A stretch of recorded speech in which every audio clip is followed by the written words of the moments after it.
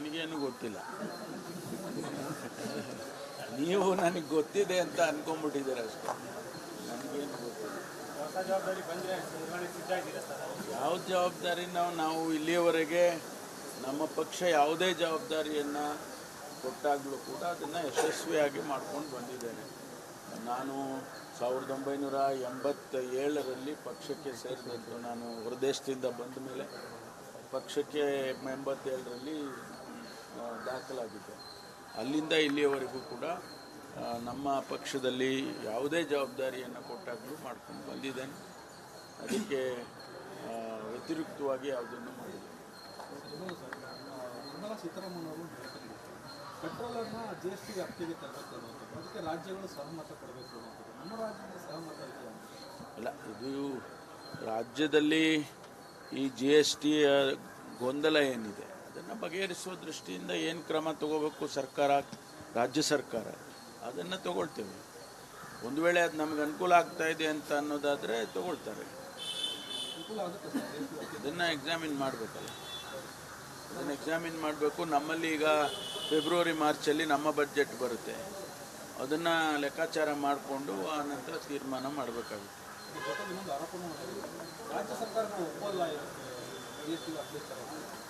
ಅಲ್ಲ, ಒಪ್ಪುವಂತೆ ಮಾಡಬೇಕಲ್ಲ. ಒಪ್ಪುವಂಥ ಪ್ರಪೋಸಲನ್ನು ಕೊಟ್ಟಾಗ ಒಪ್ತಾರೆ. ಬಹುಶಃ ರಾಜ್ಯ ಸರ್ಕಾರಗಳಿಗೆ ತೊಂದರೆ ಆಗುತ್ತೆ ಅದರಿಂದ ಅಂದರೆ ಯಾಕೆ ಒಪ್ತಾರೆ? ಅಂಥ ವಾತಾವರಣವನ್ನು ಕೇಂದ್ರ ಸರ್ಕಾರ, ಹಣಕಾಸಿನ ಸಚಿವರು ಸೃಷ್ಟಿ ಮಾಡಬೇಕು. ಆಗ ಎಲ್ಲರೂ ಒಪ್ತಾರೆ.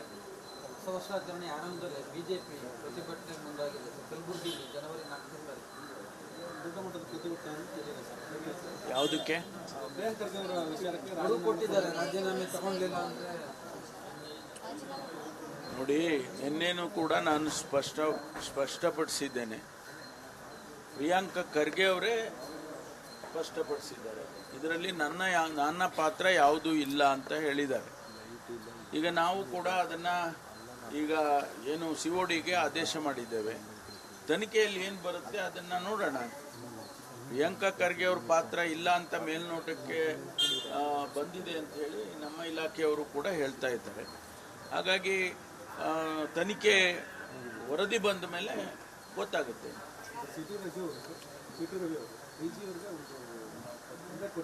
ಅದರಲ್ಲಿ ಹೆಬ್ಬಾಳ್ಕರ್ ಮತ್ತು DK ಶಿವಕುಮಾರ್ ಅವರ ಹೆಸರನ್ನು ಉಲ್ಲೇಖ ಮಾಡಿದ್ದಾರೆ.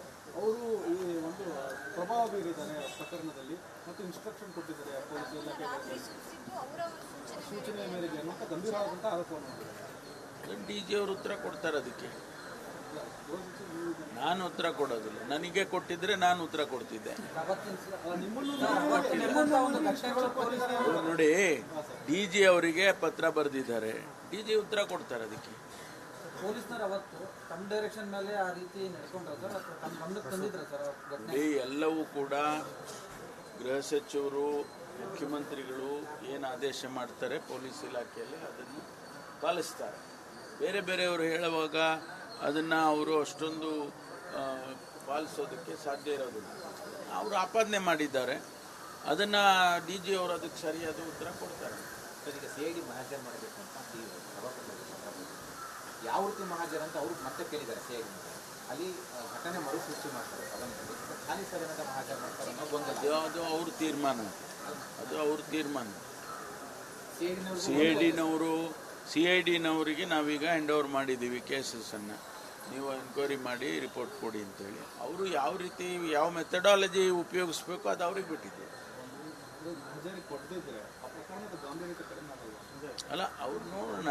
ಸಭಾಪತಿಗಳಿಗೂ ಅವ್ರಿಗೂ ಕೂಡ ಈ ಇಶ್ಯೂ ಮುಗಿಸ್ಬೇಕು ಅನ್ನೋದು ಇರುತ್ತಲ್ವಾ. ಸಭಾಪತಿಗಳಿಗೂ ಕೂಡ ಈ ಇಶ್ಯೂವನ್ನು ದೊಡ್ಡದಾಗಿ ಬೆಳೆಸೋದಕ್ಕೆ ಬೇಡ ಅಂತೇಳಿ ಅವ್ರಿಗೂ ಇರುತ್ತೆ. ಅದರಿಂದ ಅದನ್ನು ಅವರು ತೀರ್ಮಾನ ತಗೊಳ್ತಾರೆ. ನನಗೇನು ಗೊತ್ತಿಲ್ಲ.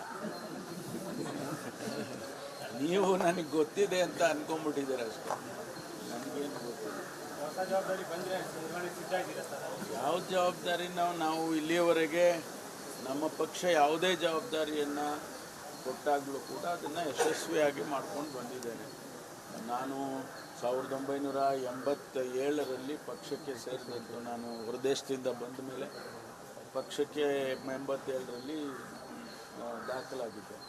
ಅಲ್ಲಿಂದ ಇಲ್ಲಿಯವರೆಗೂ ಕೂಡ ನಮ್ಮ ಪಕ್ಷದಲ್ಲಿ ಯಾವುದೇ ಜವಾಬ್ದಾರಿಯನ್ನು ಕೊಟ್ಟಾಗಲೂ ಮಾಡ್ಕೊಂಡು ಬಂದಿದ್ದೇನೆ. ಅದಕ್ಕೆ ವ್ಯತಿರಿಕ್ತವಾಗಿ ಯಾವುದನ್ನು ಮಾಡಿಲ್ಲ. ನಿರ್ಮಲಾ ಸೀತಾರಾಮನ್ ಅವರು ಪೆಟ್ರೋಲನ್ನು GST ವ್ಯಾಪ್ತಿಗೆ ತರಬೇಕು ಅನ್ನೋದು, ಅದಕ್ಕೆ ರಾಜ್ಯಗಳು ಸಹಮತ ಕೊಡಬೇಕು ಅನ್ನೋದು. ನಮ್ಮ ರಾಜ್ಯದ ಸಹಮತ ಇದೆಯಾ? ಅಲ್ಲ, ಇದು ರಾಜ್ಯದಲ್ಲಿ ಈ GST ಗೊಂದಲ ಏನಿದೆ ಅದನ್ನು ಬಗೆಹರಿಸುವ ದೃಷ್ಟಿಯಿಂದ ಏನು ಕ್ರಮ ತಗೋಬೇಕು ಸರ್ಕಾರ, ರಾಜ್ಯ ಸರ್ಕಾರ ಅದನ್ನು ತಗೊಳ್ತೇವೆ. ಒಂದು ವೇಳೆ ಅದು ನಮ್ಗೆ ಅನುಕೂಲ ಆಗ್ತಾ ಇದೆ ಅಂತ ಅನ್ನೋದಾದರೆ ತಗೊಳ್ತಾರೆ. ಅನುಕೂಲ ಆಗುತ್ತೆ ಸರ್. ಅದನ್ನು ಎಕ್ಸಾಮಿನ್ ಮಾಡಬೇಕಲ್ಲ, ಅದನ್ನು ಎಕ್ಸಾಮಿನ್ ಮಾಡಬೇಕು. ನಮ್ಮಲ್ಲಿ ಈಗ ಫೆಬ್ರವರಿ ಮಾರ್ಚಲ್ಲಿ ನಮ್ಮ ಬಜೆಟ್ ಬರುತ್ತೆ, ಅದನ್ನು ಲೆಕ್ಕಾಚಾರ ಮಾಡಿಕೊಂಡು ಆ ನಂತರ ತೀರ್ಮಾನ ಮಾಡಬೇಕಾಗುತ್ತೆ. ಜೊತೆಗೆ ಇನ್ನೊಂದು ಆರೋಪನೂ ಮಾಡಿದ್ರು, ರಾಜ್ಯ ಸರ್ಕಾರ ಒಪ್ಪಲ್ಲ GST ವ್ಯಾಪ್ತಿ ತರೋದು. ಅಲ್ಲ, ಒಪ್ಪುವಂತೆ ಮಾಡಬೇಕಲ್ಲ, ಒಪ್ಪುವಂಥ ಪ್ರಪೋಸಲನ್ನು ಕೊಟ್ಟಾಗ ಒಪ್ತಾರೆ.